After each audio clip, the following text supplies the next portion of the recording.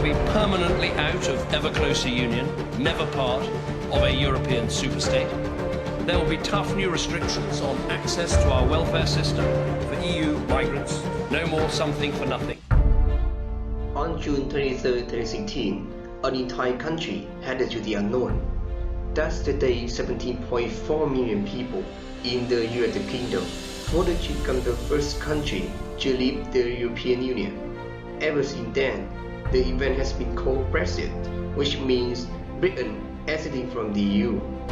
By a narrow vote of 51.9% to 48.1%, the UK decided to leave, and the agreement is going to be effective from March 29, 2019. Both Leavers and Remainers have their own reasons.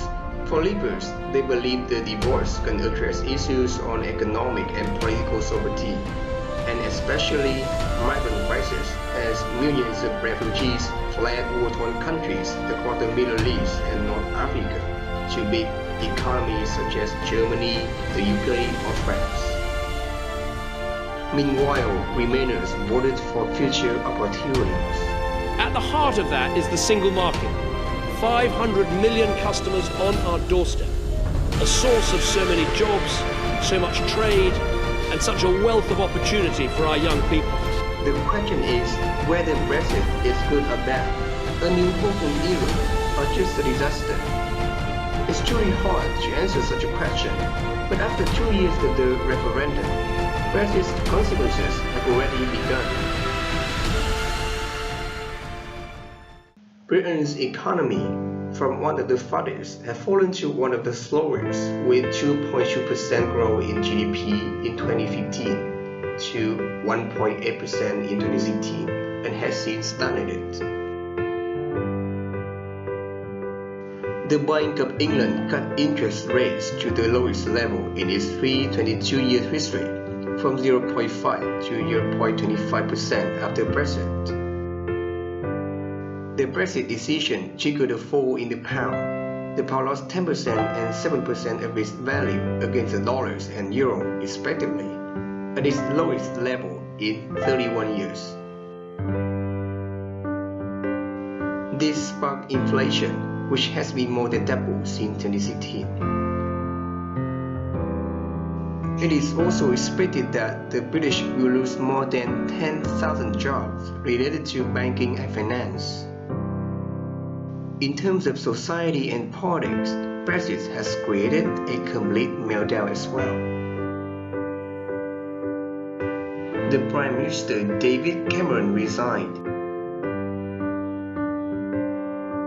Levels of xenophobia and racist abuse were rising in the streets of Britain. The vote split along lines of age, education, class, and geography. Everybody was blaming everybody else.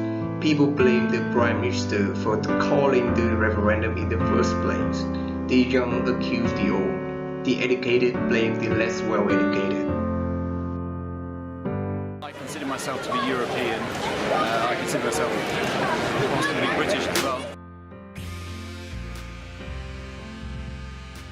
I think Britain leaving the EU is going to be, frankly, a bit of a disaster for the country. It all just seems like a bit of a disaster. Yeah, basically.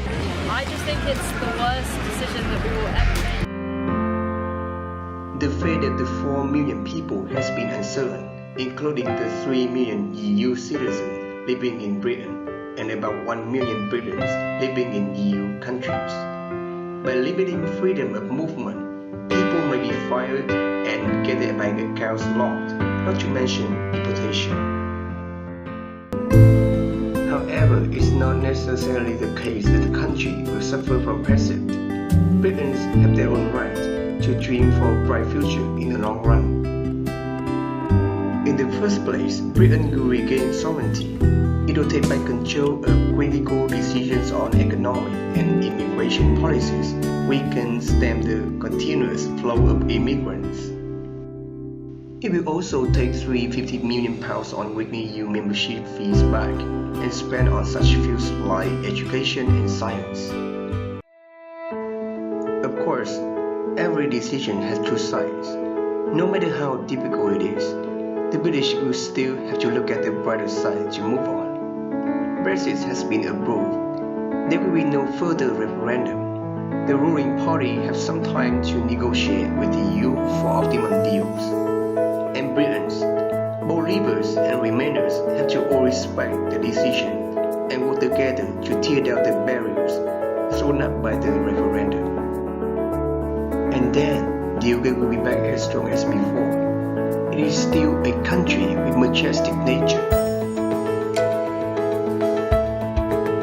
Bustling cities with streams of people or skyscrapers cannot be replaced. Great festivals still attract millions of people. Londoners are still proud of the red double-decker buses and the Wimbledon championships.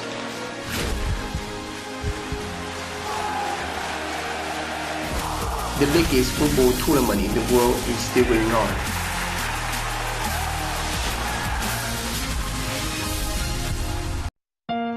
The culture is definitely still alive there, regardless of Brexit and its implications. People will get used to the changes and get better.